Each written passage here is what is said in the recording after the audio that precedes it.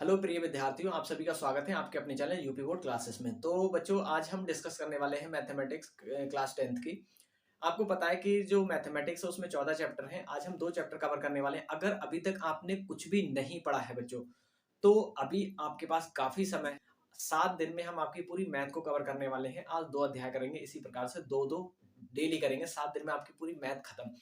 हम वही क्वेश्चन करेंगे जो आपके पॉइंट एग्जाम के पॉइंट ऑफ व्यू से मोस्ट इंपॉर्टेंट है या जो रिपीटेटिव हैं। तो अगर आप इस चैनल पर नए हैं तो चैनल को सब्सक्राइब जरूर कर लीजिएगा, क्योंकि आपके लिए बहुत इंपॉर्टेंट है। अगर आप चाहते हैं कि आप भी टॉप करें तो आप इजीली टॉप कर सकते हैं। बहुत इजी है मैथमेटिक्स। तो मैथ से डरना बिल्कुल नहीं है प्यारे बच्चों। आप बस चैनल को सब्सक्राइब कर लीजिएगा। हम शुरू कर रहे हैं। चैप्टर नंबर 1 है और चैप्टर नंबर 1 का हमने पहला फॉर्मूला यहाँ पर लिख रखा है। इस फॉर्मूले पर बहुत ज्यादा क्वेश्चन पूछे जाते हैं। तो प्रथम क्वेश्चन है आपका, फर्स्ट क्वेश्चन है एचसीएफ दे रखा है आपका। कितना दे रखा है? दो संख्याओं का एचसीएफ दे रखा है। एचसीएफ किस किस का? तो आपका 252 कॉमा 500 का एचसीएफ दे रखा है 18। और वो कह रहा है एलसीएम आपको फाइंड करना है। तो फॉर्मूला ऊपर लिखा हुआ है। इस फॉर्मूले की मदद से हम क्या कर सकते हैं? इसका एलसीएम फाइंड कर सकते हैं। तो एचसीएफ इंटू एलसीएम, प्रथम पद सेकंड पद। एचसीएफ दे रखा है 18, एलसीएम हमको फाइंड करना है। फर्स्ट पद आपका दे रखा है, ये है पहला पद है 252 इंटू दूसरा पद है आपका 594। आपको क्या करना है? एलसीएम फाइंड करना है। तो ये 18 को आप इसके अपॉन में लिख दीजिए। 2 नीम 18, 2 एकम 2, 2 दूनी 4 और 2 छंग 12। अब आप इसको 3 से काटिएगा। 6 से तो नहीं कटेगा, 3 से काटिएगा। 3 3 9, 3 चौक 12, 3 दूनी 6। पहले लिख लीजिए कितना बचा। यहाँ 42 बचा और यहाँ 594 और यहाँ 3 से फिर कट रहा है। 3 एकम 3 और 3 चौक 12। अब यहाँ पर हमारे पास 14 इंटू 594 आ चुका है। अब 14 की इससे मल्टीप्लाई कर लेंगे। तो मल्टीप्लाई चाहो तो आप इस साइड भी कर सकते हो। 4 चौक 16 कैरी 1, 4 नीम 36 और 1 37 कैरी 1, 4 पंजे 20 और 1 21। और इससे करेंगे 4 9 5 6 1 और यहाँ पर आपका 10 और 11 कैरी 1 और यहाँ पर आपका 8। तो आपका जो एलसीएम है वो आ चुका है आपका 81 16। चलिए नेक्स्ट क्वेश्चन करते हैं। नेक्स्ट क्वेश्चन है आपका कितना है? तो 6 और 72, 6 72 और 120। गुणनखंड विधि से आपको क्या करना है? इसका एचसीएफ एंड एलसीएम दोनों ही फाइंड करना है। हम बहुत कम समय में आपका पूरा मैथ का कोर्स कराने वाले हैं। तो अगर आपने अभी तक चैनल को सब्सक्राइब नहीं किया तो प्लीज आप चैनल को जरूर सब्सक्राइब कर लीजिएगा। तो हम एचसीएफ इसका निकालेंगे गुणनखंड विधि से। तो हम 6 को कैसे लिख सकते हैं? 2 इंटू 3 लिख सकते हैं। और 72 को हम कैसे लिख सकते हैं? तो अगर आपको नहीं है तो आप सबसे पहले एक काम कर लीजिएगा, इधर इसका फैक्टराइजेशन कर लीजिएगा। 2 3 6, 2 6 12, 2 एकम 2, 2 8 16, 2 नीम 18, 3 3 9, 3 एकम 3। अब ये कितनी पावर है? 2 की 3 है और इधर में कितनी है? 2 है। तो हम 72 को कैसे लिख सकते हैं? 2 की पावर 3 इंटू 3 की पावर 2। उसके बाद में 120 का भी ऐसे ही फैक्टर कर लीजिएगा। तो 60 बार में कटेगा 2 से, फिर 30 बार में कटेगा, फिर 15 बार में कटेगा, फिर 3 पंजे 15, फिर 5 एकम 5। तो 120 का है आपका 2 कितनी बार आया है? 1 2 3, तो इसकी पावर 3 लगा दो। 3 एक बार आया है और 5 भी एक बार आया है। ये भी एक बार, ये भी एक बार। अब आप एचसीएफ लेंगे। तो बच्चों एचसीएफ क्या होता है? एचसीएफ वो संख्या होती है जो सभी में आई हो। अगर 3 संख्या है तो तीनों में जो भी वैल्यू आई है वो एचसीएफ है। तो देखिए 2 एक बार सभी में आया है, हाँ आया है, इंटू, और 3 एक बार इसमें आया है और इसमें भी और यहाँ भी आया हुआ है। तो 3 भी एक बार आ गया और ये हमारा एचसीएफ हो गया। उसके बाद में हम एलसीएम लेंगे। तो एलसीएम देख लीजिए। एचसीएफ की जो फुल फॉर्म होती है वो होती है हाईएस्ट कॉमन फैक्टर और एलसीएम की होती है लीस्ट कॉमन फैक्टर। लघुत्तम समावर्तक और महत्तम समावर्तक, ये लघुत्तम समावर्तक है, ये महत्तम समावर्तक। तो एलसीएम कितना होगा? तो अब इसमें हम स्मॉल वैल्यू लेंगे, छोटी से छोटी वैल्यू लेंगे, लेकिन इसमें क्या करेंगे, बड़ी वैल्यू नहीं, मतलब इसमें हम पावर छोटी लेंगे, इसमें पावर बड़ी लेंगे, कॉमन पावर लेंगे। तो इन सभी में देखिए 2 की पावर सबसे बड़ी कौन सी है? तो 3 है, तो 2 की पावर 3 ले लो। इसमें 3 की पावर सबसे बड़ी कौन सी है? ये है। और इसमें 5 की पावर कौन सी है सबसे बड़ी? तो यही है। चाहो तो आप गुणा कर लीजिएगा, नहीं तो गुणनफल गुणनखंड विधि से कह रहा है तो इतना भी छोड़ सकते हैं आप। तो ये आप क्या, आपका क्या है? ये आपका एलसीएम है, ये एचसीएफ, ये एलसीएम। चलिए नेक्स्ट क्वेश्चन की ओर बढ़ते हैं। 26 और 91 91 का अभाज्य गुणनखंड विधि से एचसीएफ एलसीएम दोनों फाइंड करना है। तो हम सबसे पहले इसके फैक्टर कर लेंगे। 26 के फैक्टर करो, 13 बार में कटेगा, 13 एकम 13। इसी प्रकार से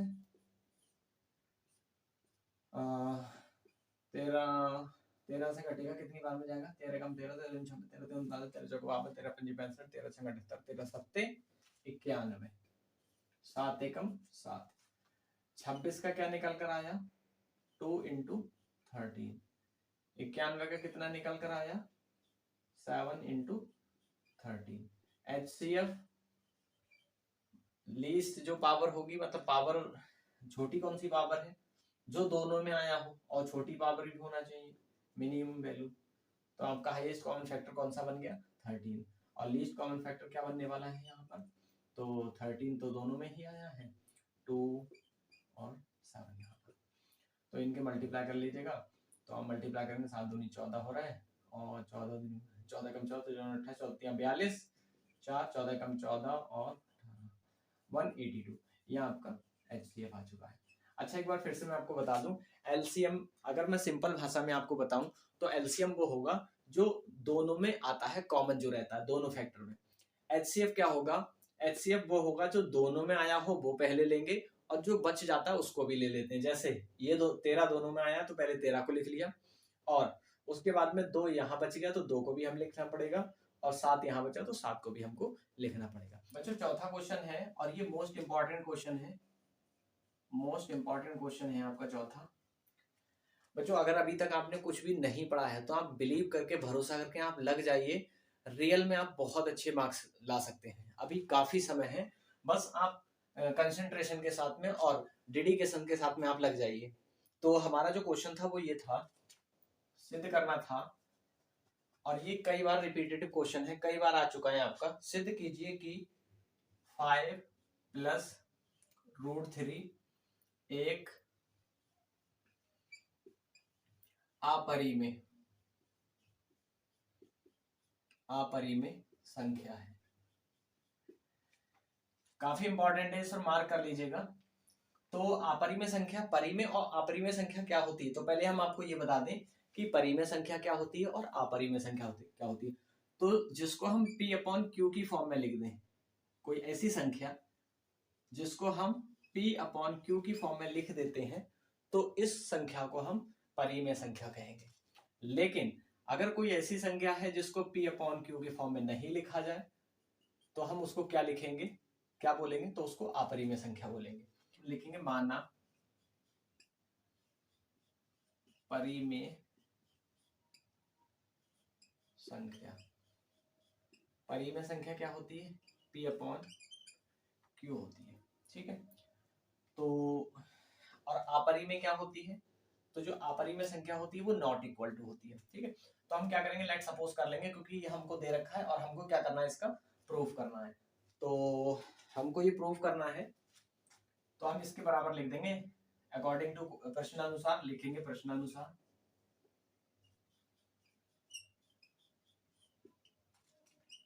तो प्रश्नानुसार क्या होगा? 5 plus √3 is equal to P/Q।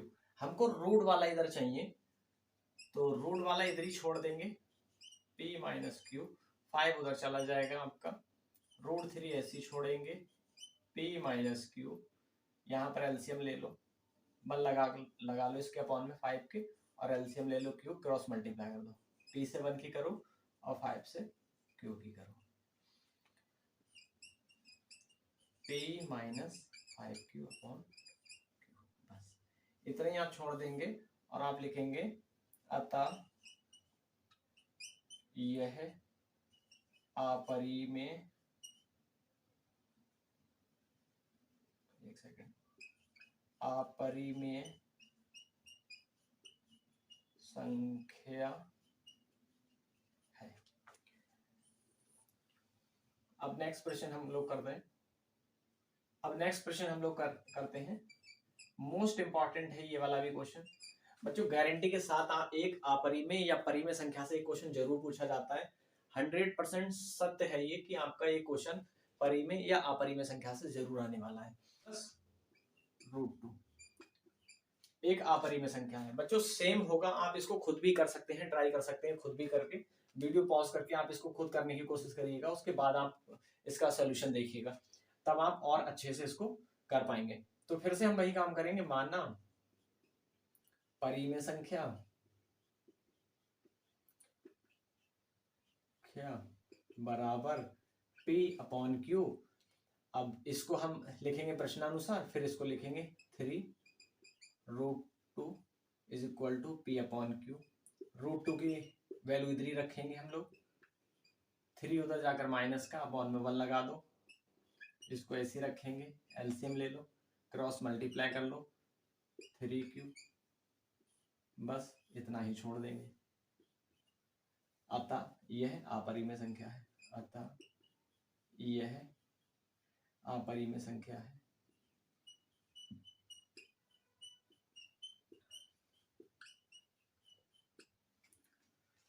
तो ये आपके प्रथम अध्याय से मोस्ट इंपॉर्टेंट क्वेश्चन थे। अब हम लोग सेकंड अध्याय से करने वाले हैं।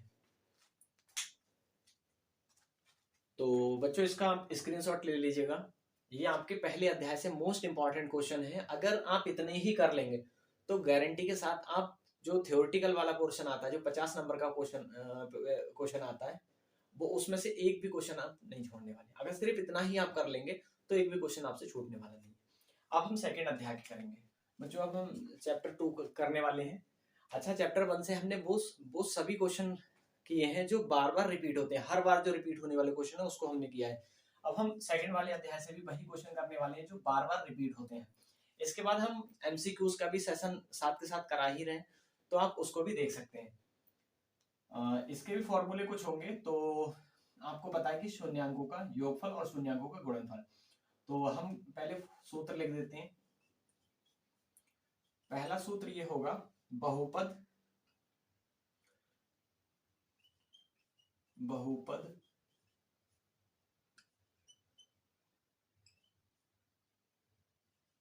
की समीकरण। पहला क्या है? बहुपद की समीकरण। बहुपद की इक्वेशन होती है x² minus alpha plus beta x plus alpha into beta is equal to 0। बहुपद के शून्यांकों का योगफल होता है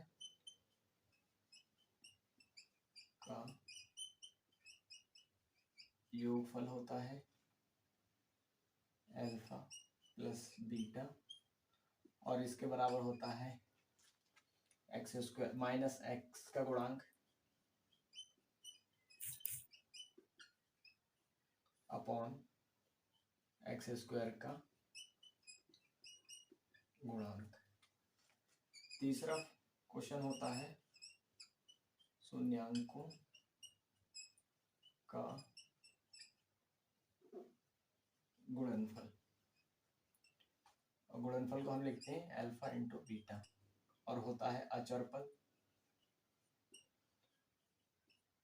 अपॉन x² का गुणांक। 5 क्वेश्चन कर चुके हैं। 6 क्वेश्चन है। क्वेश्चन नंबर 6 है हमारा। कहा गया है बहुपद दे रखा है और इसका कह रहा है इसके शून्यांक तथा गुणांक ज्ञात करना है। x² plus 7x minus 24 is equal to 0। इसके शून्यांक और जो शून्यांकों का योगफल और गुणनफल दोनों ही फाइंड करना है। तो हम क्या करेंगे, सबसे पहले हम ये वाला फॉर्मूला यूज कर लेंगे। शून्यांकों का योगफल is equal to minus x का गुणांक अपॉन एक्स स्क्वायर का गुणांक।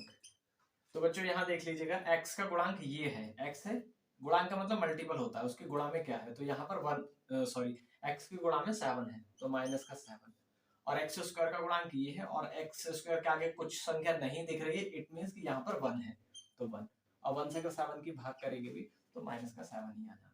दूसरा है शून्याङ्कों का गुणनफल, अचर पद अपॉन एक्स स्क्वायर का गुणांक। तो अचर पद देख लीजिएगा, अचर जो कांस्टेंट हो, जिसके साथ x नहीं हो और एक्स स्क्वायर भी नहीं हो, तो यहाँ पर माइनस का 24 है, और एक्स स्क्वायर का गुणांक 1 है, और 1 से इसकी भाग करेंगे भी, डिवाइड करेंगे तो माइनस का 24 आने वाला है।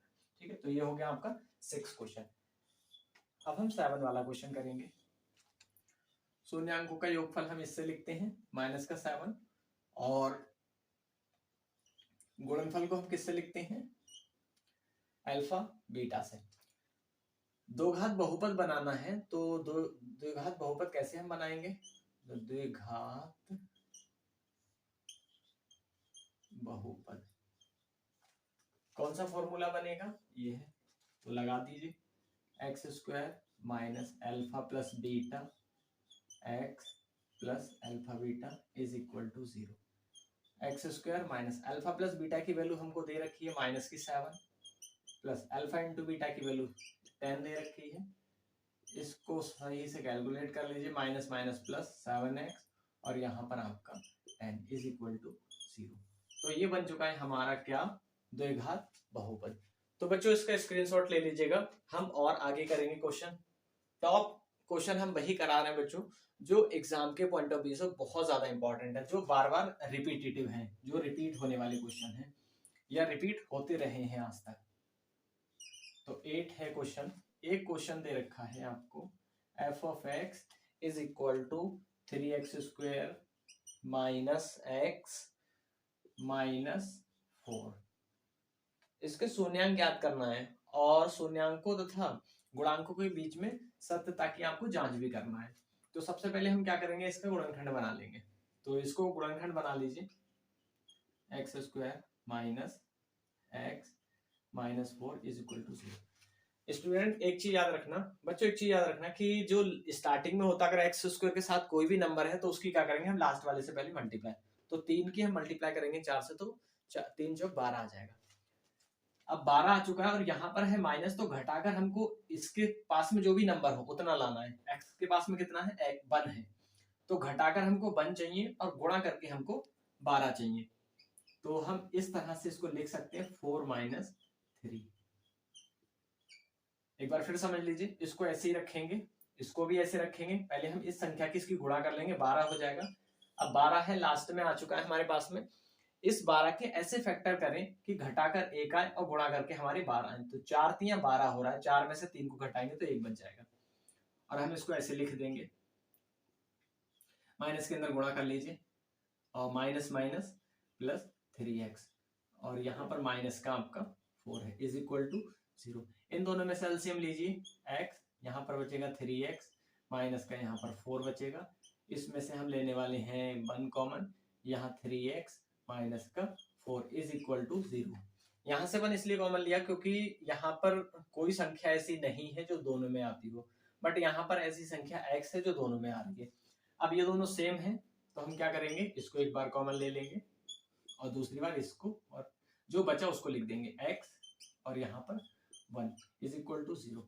एक बार इसके बराबर हम 0 पुट कर देते हैं, तो 4 उधर जाकर प्लस का, x की वैल्यू निकालेंगे 4/3। अब हम इसके बराबर 0 एक बार लिखेंगे, 1 उधर जाकर माइनस का, तो हमारे पास ये वैल्यू आ चुकी है। अभी हमारे पास 2 शून्यांक आ गए। क्या आ गए हमारे पास, ये 2 शून्यांक, ये अल्फा की वैल्यू है और ये बीटा की वैल्यू। तो यहाँ पर हम इसको मान लेते हैं अल्फा बराबर, और इसको मान लेते हैं बीटा बराबर। अब सत्यता की जांच करना होगी, तो हम कैसे करेंगे सत्यता की जांच, सत्यापन सत्यापन करना है तो सबसे पहले हम क्या लिखेंगे, शून्यांकों का योगफल। ठीक है, शून्यांकों का योगफल। योगफल में क्या होता है, शून्यांकों के योगफल में होता है माइनस, शून्यांकों के योगफल को कैसे लिखते हैं, अल्फा प्लस बीटा से लिखते हैं। तो लिख दीजिए अल्फा प्लस बीटा।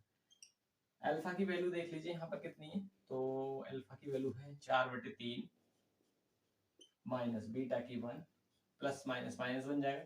यहाँ पर 1 एलसीएम लीजिए, 1 कॉमन अपॉन में 1 लिखकर और एलसीएम लीजिए दोनों में, तो 3 एलसीएम आ जाएगा। क्रॉस मल्टीप्लाई कर लीजिए, 4 एकम 4, 3 एकम 3, इसमें से घटा लीजिए तो 1/3 आ चुका है।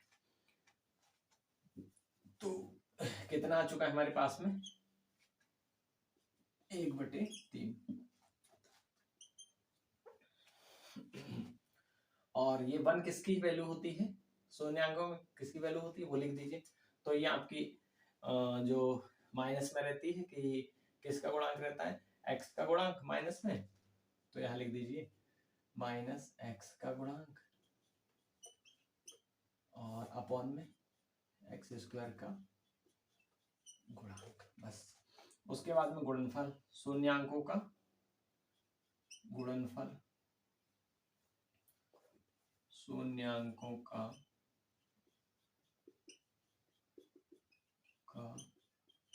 गुणनफल अल्फा इंटू बीटा। अल्फा की वैल्यू कितनी है 4/3, बीटा की वैल्यू माइनस की 1, इसके से गुणा करेंगे तो कितना आएगा, माइनस का 4/3। और इसमें कौन सा फॉर्मूला लगता है, तो ये है, इसको लिख दीजिए अचर पद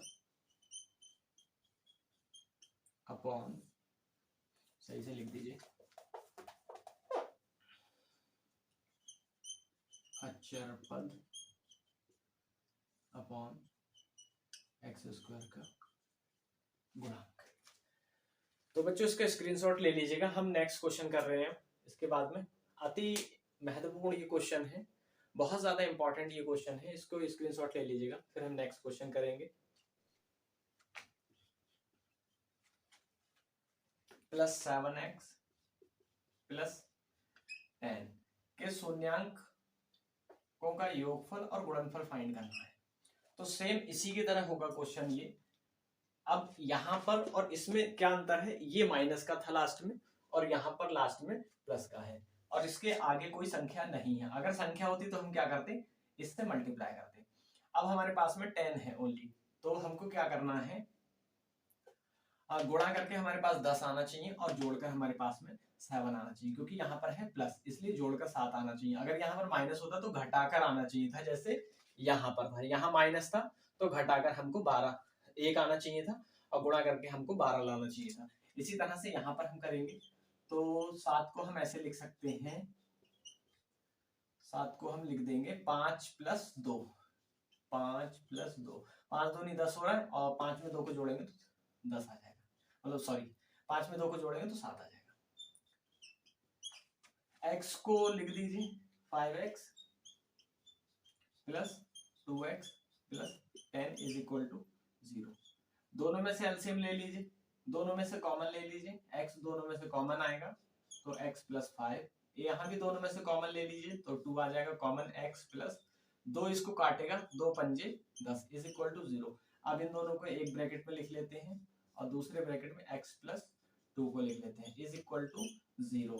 x + 5 = 0 और x + 2 = 0। ये 5 उधर जाकर माइनस का हो जाएगा, इसी तरह से ये 2 भी उधर जाकर माइनस का हो जाएगा।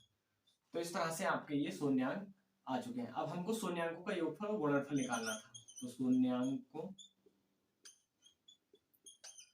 का योगफल अल्फा + बीटा, अल्फा की वैल्यू आपके पास में, ये अल्फा मान लेंगे, इसको ये अल्फा मान लेंगे आप लोग और इसको आप बीटा। तो अल्फा की वैल्यू है -5 और प्लस आना चाहिए, लेकिन माइनस प्लस माइनस आएगा तो -7 आ जाएगी। और शून्यांकों का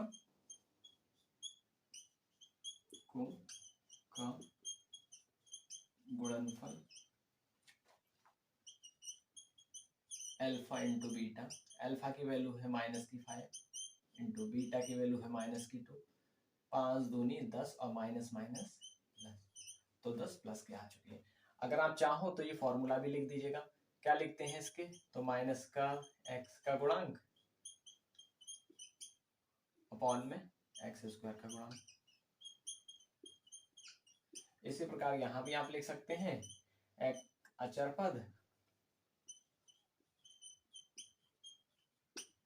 अपॉन एक्स स्क्वायर का गुणांक।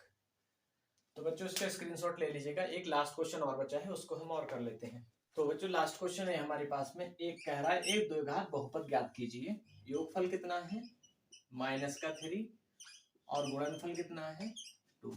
तो द्विघात बहुपद क्या होगा, x square minus alpha plus beta x plus alpha beta is equal to 0। तो x square alpha plus beta रहेगा -3 है यहाँ पर, एक्स ऐसे ही रहेगा, प्लस अल्फा बीटा आपका 2 है is equal to 0। X square minus minus plus 3x plus 2 is equal to 0। तो बच्चों इसका स्क्रीनशॉट ले लीजिएगा। और बच्चों अगर ये रियल में आपको अच्छा लगा है तो प्लीज इसको लाइक जरूर कर दीजिएगा और सब्सक्राइब भी कर लीजिएगा।